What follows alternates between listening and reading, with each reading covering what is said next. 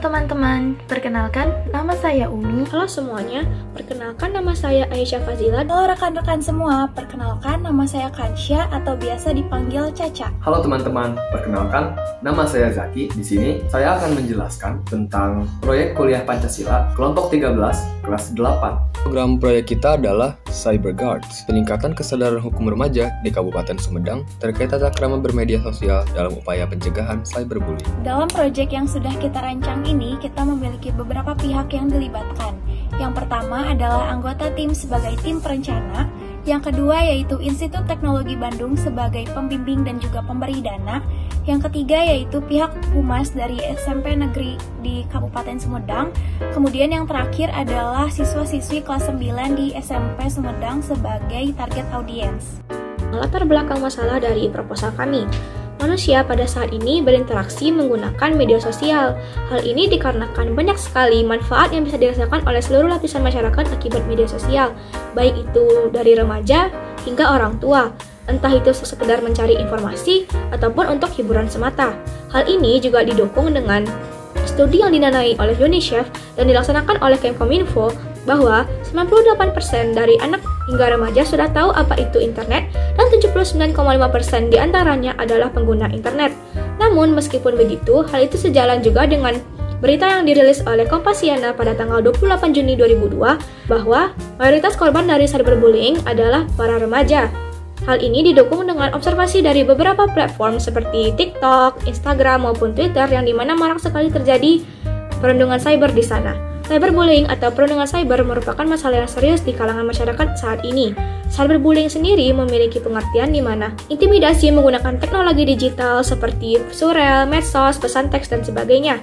Hal ini bisa menjadi masalah yang serius. Kenapa? Karena banyak sekali di antara para remaja sudah menggunakan media sosial, namun banyak di antara mereka yang masih belum tahu apa dampak buruk yang akan ditimbulkan apabila mereka tidak tahu bagaimana cara beretika di media sosial dengan baik. Hal ini merupakan salah satu faktor yang memicu atau mendukung tindakan dari cyberbullying itu sendiri. Dalam hukum Indonesia, cyberbullying sendiri diatur dalam UU ITE yaitu pasal 27 ayat 3, pasal 29, dan pasal 45B.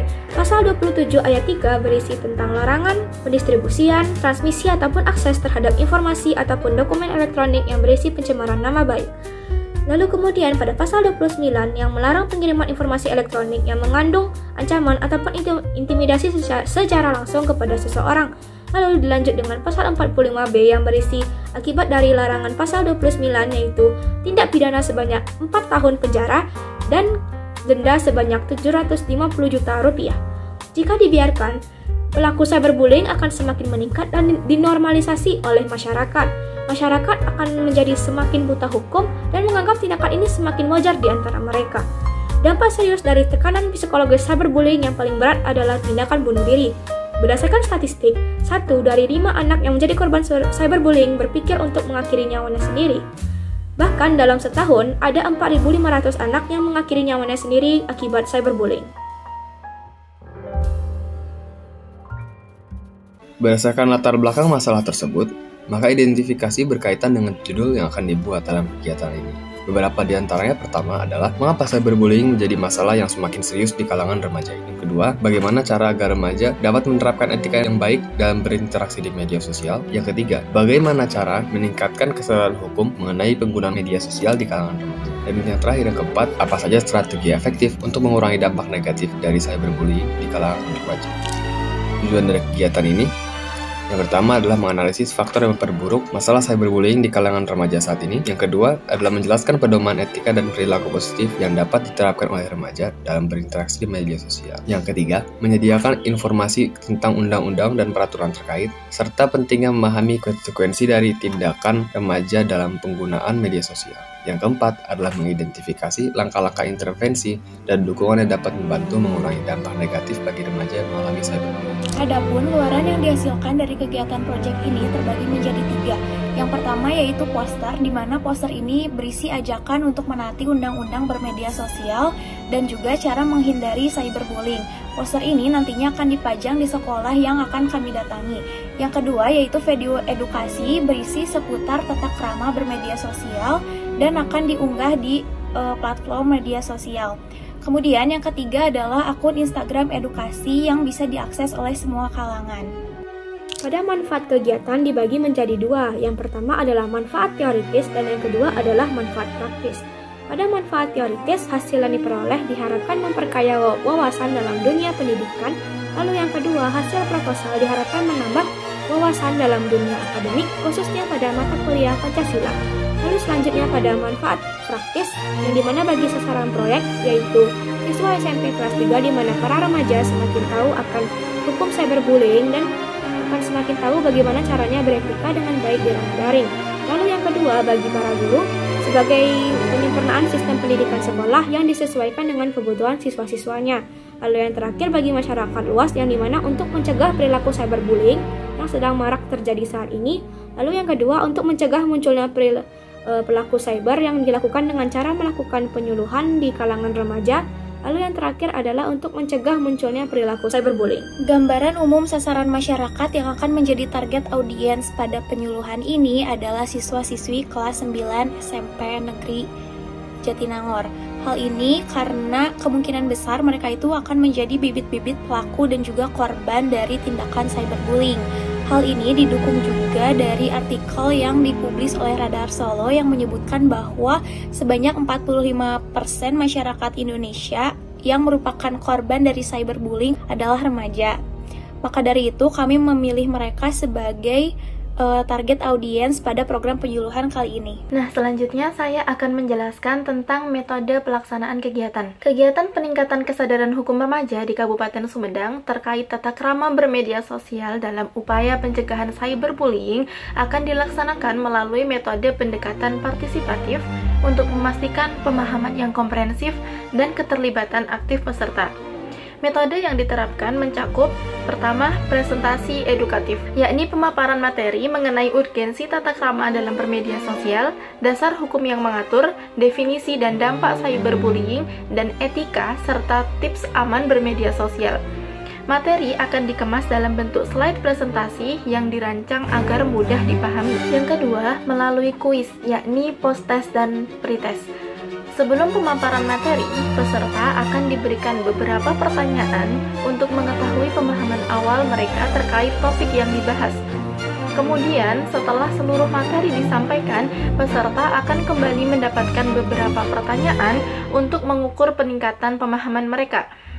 Kuis akan dilakukan secara menyenangkan, baik melalui interaksi langsung, secara lisan maupun melalui media kuis digital, dan akan diberikan apresiasi kepada peserta terbaik. Kemudian selanjutnya ada permainan interaktif, yakni permainan yang berkaitan dengan materi penyuluhan untuk menjaga antusiasme peserta, menguji pemahaman, serta membantu implementasi materi dalam situasi simulasi berkelompok. Jadi nanti ada semacam games-games berkelompok yang materinya terkait dengan penyuluhan ini.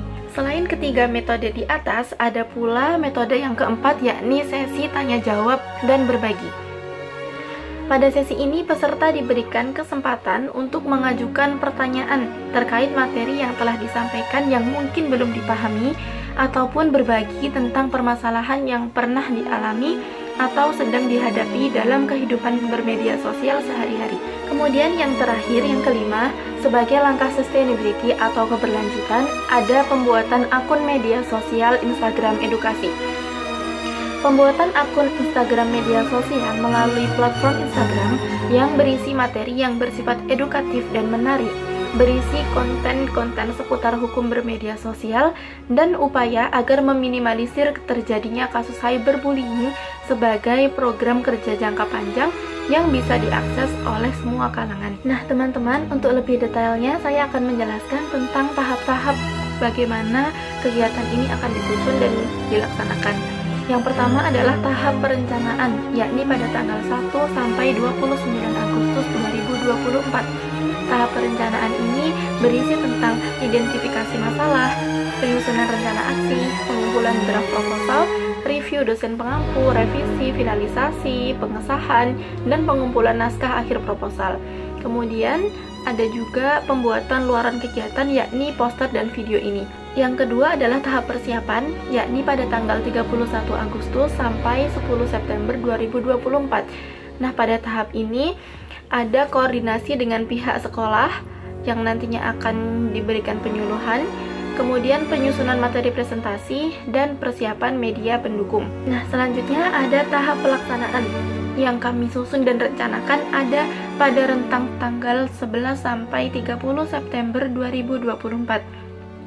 Dalam tahap pelaksanaan ini tentu saja akan ada pembukaan dan pengantar, penyampaian materi, permainan, diskusi dan tanya jawab, serta penutup seperti yang telah saya sampaikan pada metode pelaksanaan kegiatan tadi.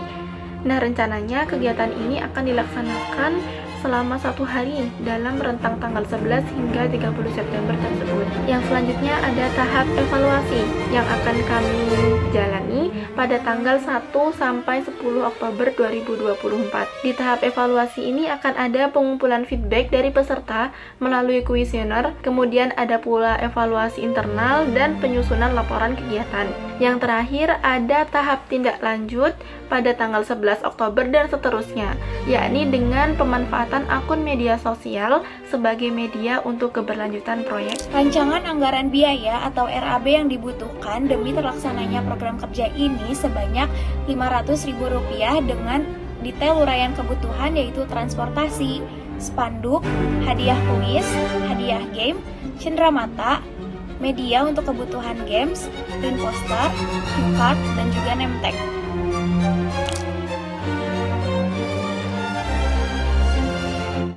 Makasih sudah nonton video ini. Jangan lupa like, share, dan subscribe untuk mempermudah penyebarluasan video ini.